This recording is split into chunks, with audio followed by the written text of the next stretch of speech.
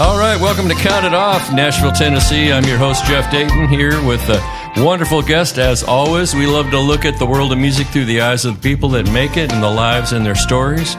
So buckle up and settle in because we got a good one today. Our guest is Will McFarlane from the Swampers, Muscle Shoals fame, and, of course, lots of Nashville stuff, and traveling the world in two directions with a bunch of great people. So we're going to get into that here in a second, but first of all, we're going to let Magic Marcia kick it off. Welcome to Count It Off with your host, Jeff Dayton, where we explore the world of music through the eyes of some fascinating guests. So get tuned up and let's count it off. Hey, Will.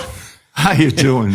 Good to see you, man. Thanks for coming to Count It Off Studios in Nashville, Tennessee. Here we are. Yeah, you made it all the way up here, but you got a gig in town, so good. I do. Good timing. Yeah, who are you playing with tonight? I'm playing with Big Shoes. Yes, I love that band. It's a good band. Yeah, you were kind enough to offer me a spot up there a couple of times in the past. Oh, yeah, man. It was so much fun. Can we tell them about how we met? Certainly. Do you remember, or should I tell them? Well, I thought I remembered us being introduced by Andy. Well, that came second. The first time was actually I was walking on an airplane with my acoustic guitar, and I looked over there, and there was a seat there just past you towards the window, and you went, "Hey, Brother Picker, put your guitar right up here on top of mine." And then you went, "On second thought, put yours underneath mine." And we sat and talked the whole flight. That's right. I didn't know the chronology there. Yeah, but you're a sweet guy, man, and this town is built on great people, you know, great caring people. There's a lot of love around town, and if you're not full of love and you're spreading something else, then most folks don't want to spend time with you. No kidding. Yeah, you know how that is. Well, cool. You're going to do, and Big Shoes is the Little Feat tribute. It started as such. Yeah. And but we're all writers, and you know, eventually we just release some stuff of our own. Yeah. And we tip our hat in that direction, you know. But we like so much stuff, you know. We love Little Feat, of course. And but you know, the band or old R&B, I mean, it's all a mixture in there. Yeah, well, and that stuff is so cool. And I think Little Feat with Lowell George was one of the formative groove moments concerts in my whole history in the late 70s. And Orleans was opening for them with everybody in their prime. Yeah, I've seen that bill myself. And then we used to follow, believe it or not. Little Feat used to open for Bonnie when I was in Bonnie Raitt's band. Well, we need to talk about that because my hat's off, my hair's off to you, man. I love that. Bonnie was like a hometown girl to us in Minneapolis. You know, she started out with Willie Murphy and the Bumblebees. That's right. Out at Enchanted Island doing that first record. And, man, we considered her one of our own. Well, you very well can. Every time we were in Minnesota, you know, it was always a family reunion. Yeah, that's so cool. Well, let's start out with your story a little bit. I read that you grew up in Northern California, or in California anyway, right? Actually, I was just born there. My dad was a Navy fighter pilot on his way to Korea. Wow. And so I was born on an infirmary on a Navy base in Coronado. Well, what got the bug into you? I mean, I've been talking with everybody from David Pomerantz to everyone else about what the aha moment was when you just went, "Oh my God, with this music thing, I've got to do this." Well, you know, what's amazing, at the risk of being a little bit moody here, my mom died when I was 5, but she had perfect pitch. And she was a contralto opera singer and played piano. They told me she could turn her back on a piano and they could hit, you know, 8 notes and she'd tell you what they all were. Wow. And but she died when I was very young, and I never was told these stories, really. I just had it in my soul, even in high school when I was in, you know, junior high school bands. I mean, obviously, like most of my peers, and probably you too. Mm-hmm. February 9th, 1964 was when the Beatles were on Ed Sullivan. I was glued to the carpet in the living room watching that. We were just, and I wasn't allowed to watch TV on a school night, and I was apoplectic. If I hadn't been able to watch that, and I just begged my dad. And he stood behind me doing the whole dad thing. You like that guy? You want to look like that? You know what I mean? Yeah, they have long hair. I can't understand the words. And I was like, I'm hearing, you know, she loves you, yeah, you know. And the greatest. Yeah. And there were probably 3 bands in my little country day junior high school within about 2 weeks. Oh, everybody had to go out and do it. I had a really cheap plywood Regal acoustic that my grandmother had given me that had like red and yellow string for a strap. Oh, my God. Oh, yes. And I was trying to learn a chord or two, but that changed everything. I started begging for an electric guitar. And I got it might even be cool now, but it was called a Regent, and it looked like a Tiesco. Okay. And it had light switches for pickup selectors. Oh, my God. It was about that thin. Yeah. And a twin 8 Premier amp that couldn't even make it over a snare drum, but nonetheless, It was life to me. Well, those Premier amps are kind of collectible today, aren't they? Wish I still had it. Yeah, there's a lot of that stuff. My first one was a Stella, a painted Sunburst. I mean, it's just like some guy with a brush, you know. Right. And it was a terrible 3/4 size POS, and the action was a mile high. And the next one I got, I wanted to be like Peter and Gordon, and I wanted that. What I didn't know the model number was the J160E, right. The Gibson acoustic with the pickup in it. Like the John Lennon. Exactly, yeah. And Peter and Gordon. And they took me down to B Sharp Music in North Minneapolis, and the guy goes, "How much money you got?" So I ended up with a plywood painted gold Harmony Hollywood, it was called. Had one pickup up by the neck, which was not that great either. But one of those gold foil pickups, right, one. And I think the next guitar, I saved my own money. I think I paid $25 for an early 60s Fender Mustang, a white one. Man, that's moving up. With a red pickguard. Remember those? When I was in 9th grade, I still had this little piece of junk, you know. Uh-huh. And there was an ad in the local paper that just said Gibson guitar and amp, $150. And my father was a very left-brained engineering test pilot with a law degree, and he thought music was going to be the end of my education, you know.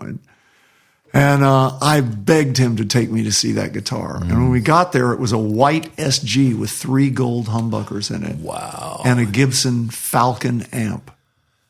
And I begged him, and he made me work it off, but we got it, $150. That's amazing. And a matter of fact, I saw that guitar. It was stolen my first year in college, my only year in college.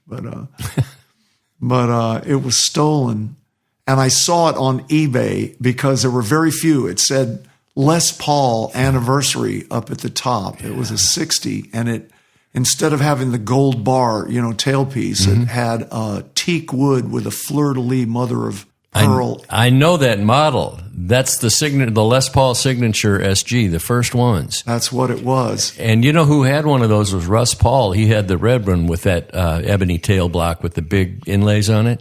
And you had a white one? I had a white one with 3 humbuckers in it.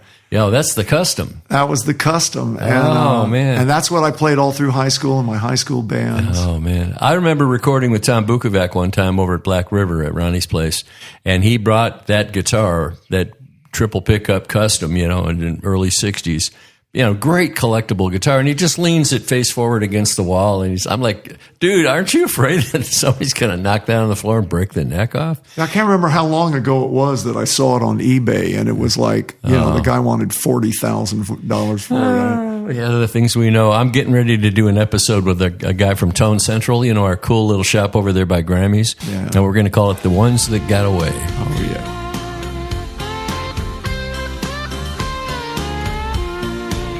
Hey, this is Steve, Nashville, Tennessee, and you're listening to Count It Off.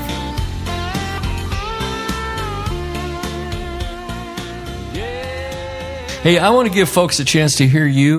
This is an album called Finding My Way. A lot of good people, including our mutual friend Tony Hooper, Rick Kua, who I've met when he was with the Outlaws, actually. This is called Lay It Down. Lay it down.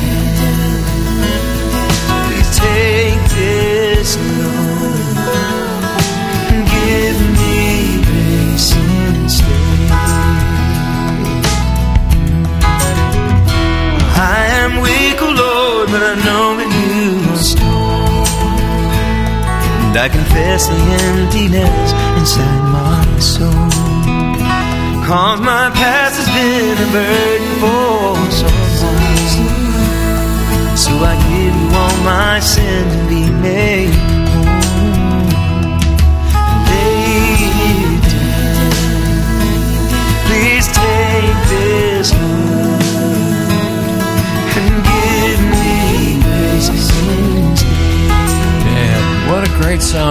record. And we know how to make good records in town, don't we? We do. Was that done here? Probably was, with all the people from Nashville that are on it, right? It was done,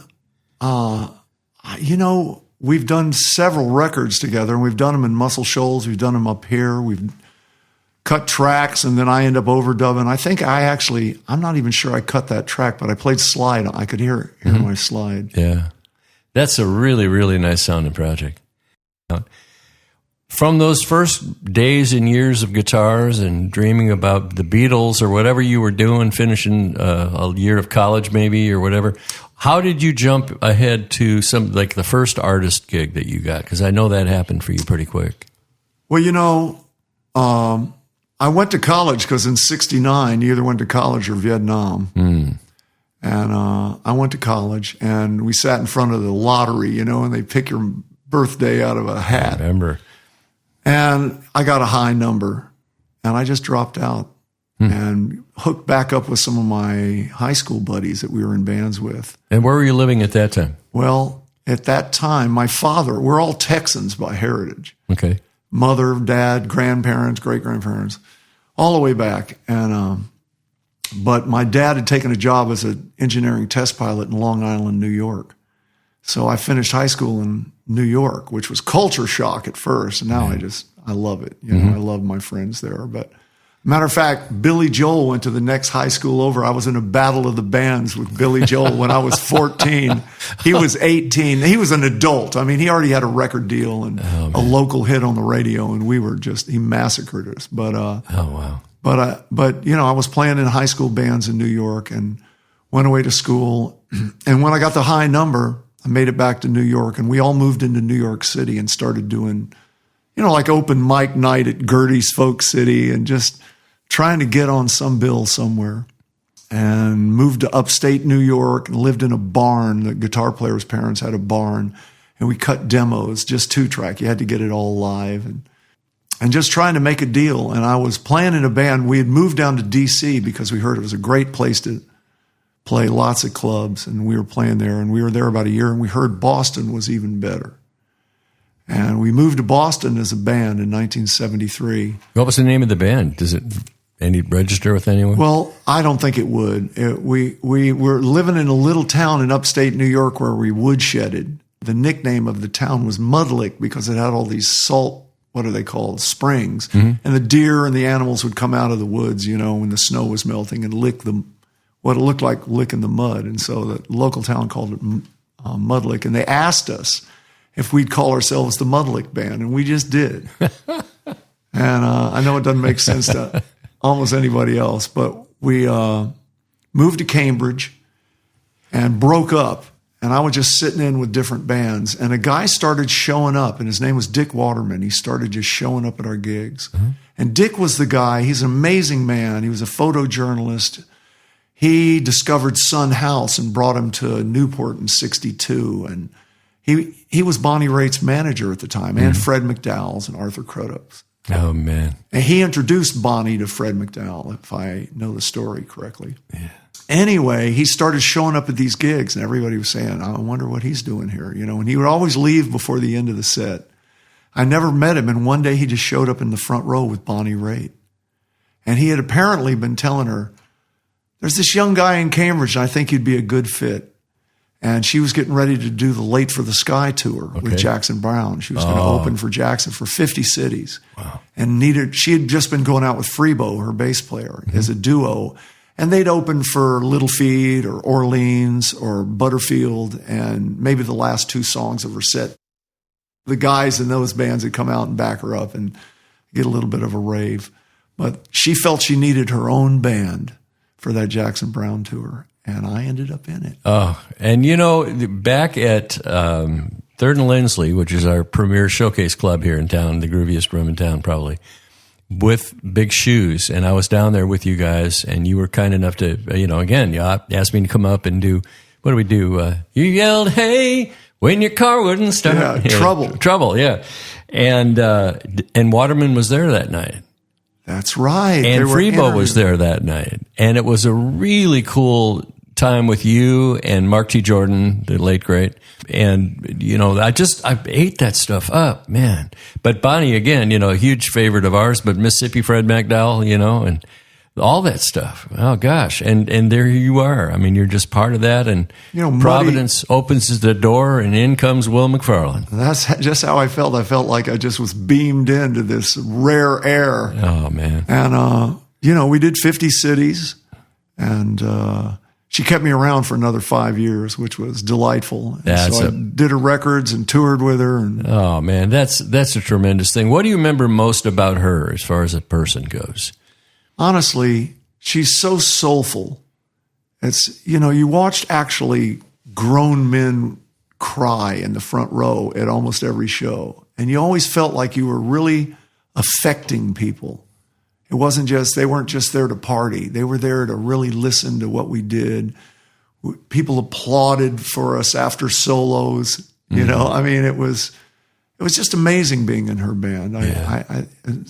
Sometimes I think it might have ruined me. It was like I went 0 to 60 in 2 seconds. Yeah. And what's going to compare to Bonnie Raitt? My gosh. And the whole body of work that she's put out and the passion that she's had for human rights and for each other here on this planet. I remember she came and played the Mesa Community Center when I was living in Arizona, and she got out there and she said, well, I hear you're having a little trouble with your nuclear power plant out there. I forget the name of it right now, but she was always addressing things that were timely and important. And I thought that the world of her, man. And seeing her, there used to be a bar in Minneapolis called the Caboose. I imagine you played there. I have been there. Yeah. And Bonnie played out in the back, in the patio out back. It was kind of like a little mini Woodstock with Freebo. But what was cool about that night at 3rd and Leslie for me was that he was cool to talk to, and he just loved to tell stories. Oh, yeah.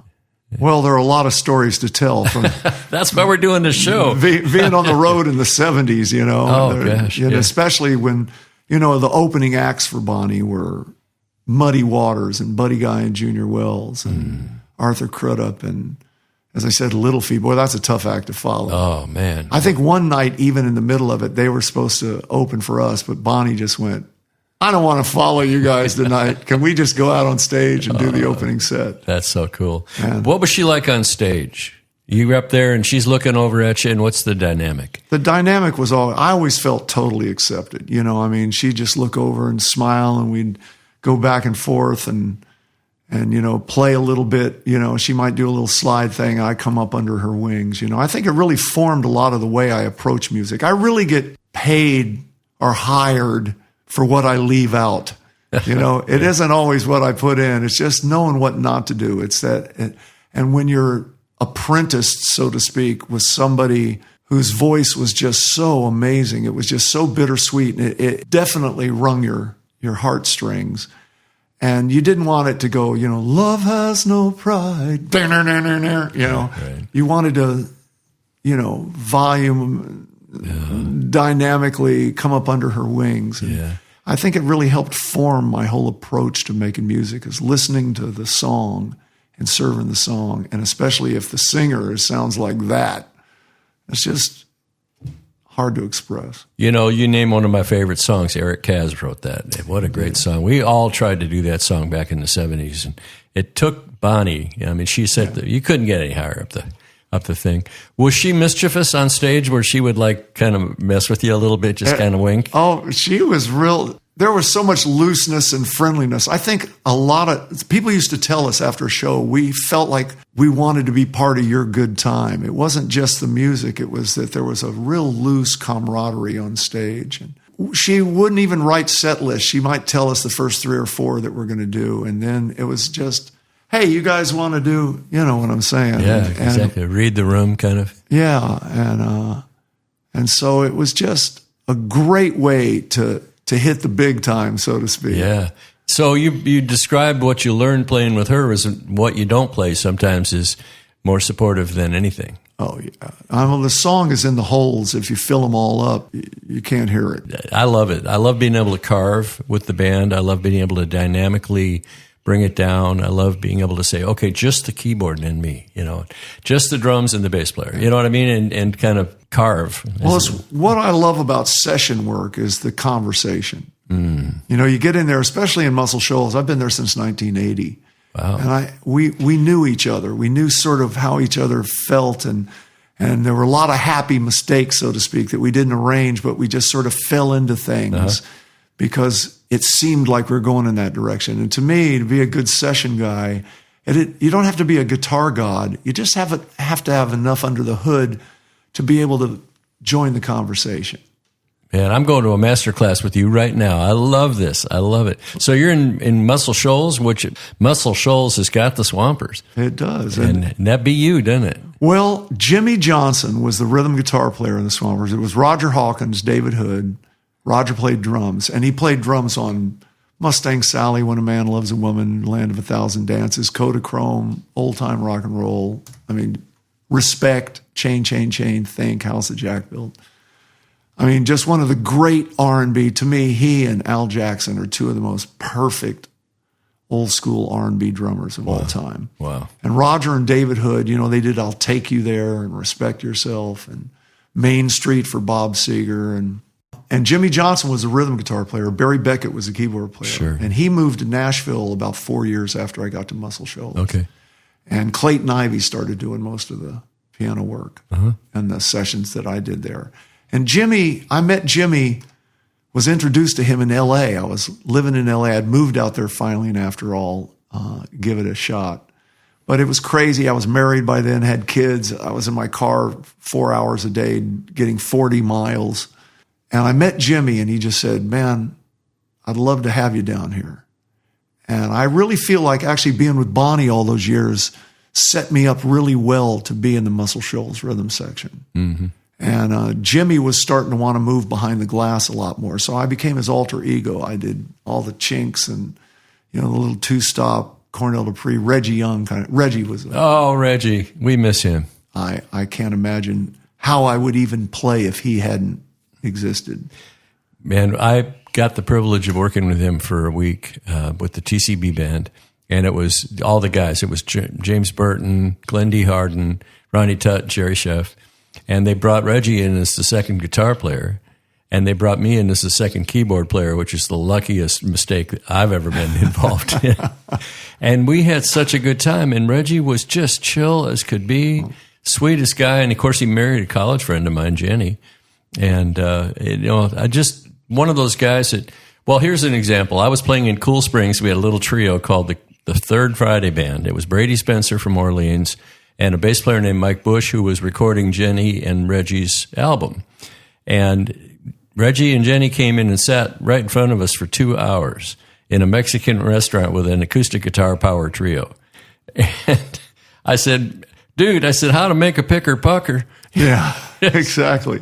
Well, it's funny. I've told this story before, but matter of fact, I was at Reggie's house and Jenny said, would you like to play through his rig? And I felt like I was at like on holy ground, His rig was still set up with the deluxe and his pedal board. Was this after he had passed? No, this is before. Oh, okay. We were talking and Reggie was just right there and I just started playing the solo on That's the Way Love Goes. Oh, yes, yeah. With that old 59 Strat? Well, actually what was plugged in was his telly with the binding on it, the black telly with the binding. And he did it on the Strat. But so anyway, I started telling the story that when I'd first moved to L.A., I was on a record with a couple of big stars and big hot rod guitar players, and not at the same time, though. Like I went in, took a solo on one. Other guy took a solo. And I ran into him at the Troubadour one night. And I said, man, that was a great solo on Boona's record, da-da-da-da-da. Could I just ask you what you were using? And he was like, well, that's for me to know and you to find out. You know what I mean? It was like everybody was protective of their little space. Huh? First time I ever worked with Reggie, he was doing something beautiful, just warming up. And I said, what are you doing over there, Reggie? And he goes, Will, I've just been using this little position right here and turning it. And here, come plug into my rig. And I just realized, he's so he just had a generous spirit. He knew that it all started at his fingers. And even if he told you note for note what he was doing, you're going to sound like you and I'm going to sound like me. And he just was a remarkable human being and one of my favorite people I've ever known. I love it. Man, look what we get to do. Look how we get to live, huh? That's fantastic. Well, you're in Muscle Shoals then, but then did you get to work with Van Morrison as well? I didn't get to. That was Mark T. Oh, God. He's a great guy, and I did not know that he had passed away until some time ago, but I got to work with him a couple times in the studio, and what a sweet dude. I love Mark. I still haven't processed it completely. You know what I mean? It happened a month after another dear friend of ours. My wife's best friend was Donna Jean Godchaux, who had been in the Grateful Dead, and she passed, and then Mark passed, and now Travis Womack, another legend guitar player from Muscle Shoals, and then Wayne Perkins a week later, I think, 2 weeks later, and Facebook's almost become like an obituary, for heaven's sakes. It's just crazy. Yeah. I lost two friends last week. Two wonderful friends slash fans, they supporting the music, loving the music, showing up, being there, smiling, cheering, throwing requests at it for your own material, Yeah. The kind of guys that have been saying to me for years, Jeff, you need to be doing at least half of your own stuff, if not all your stuff. Yeah, every now and then I have people that just sit down front and start calling out my stuff, and I go, really? Isn't that great? And it's just great. Yeah. Let's hear some more of your music, by the way. This is Axe to the Root.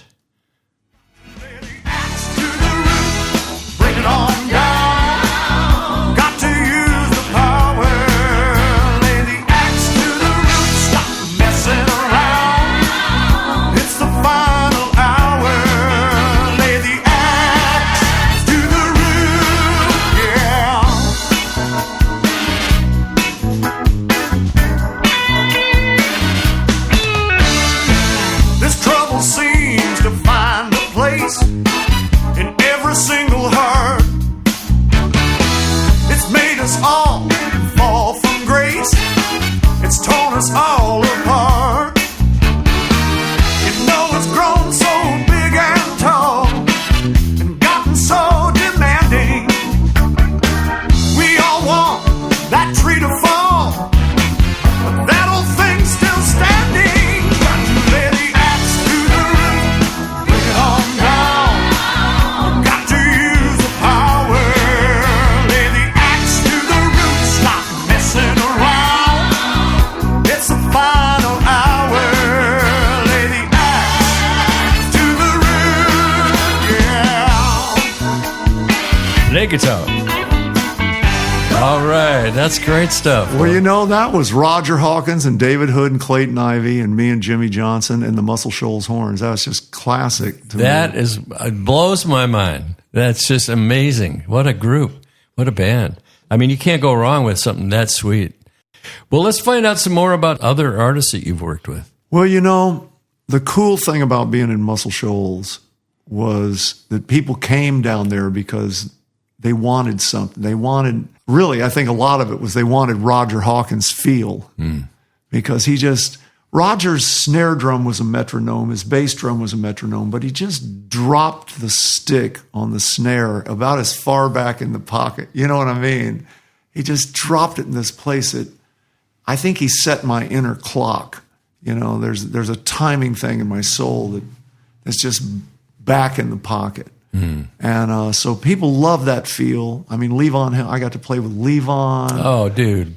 We did Toby Keith. I got to play with Tammy Wynette and Waylon. And I mean, Steve Winwood and Etta James did a couple of duets together that I played on.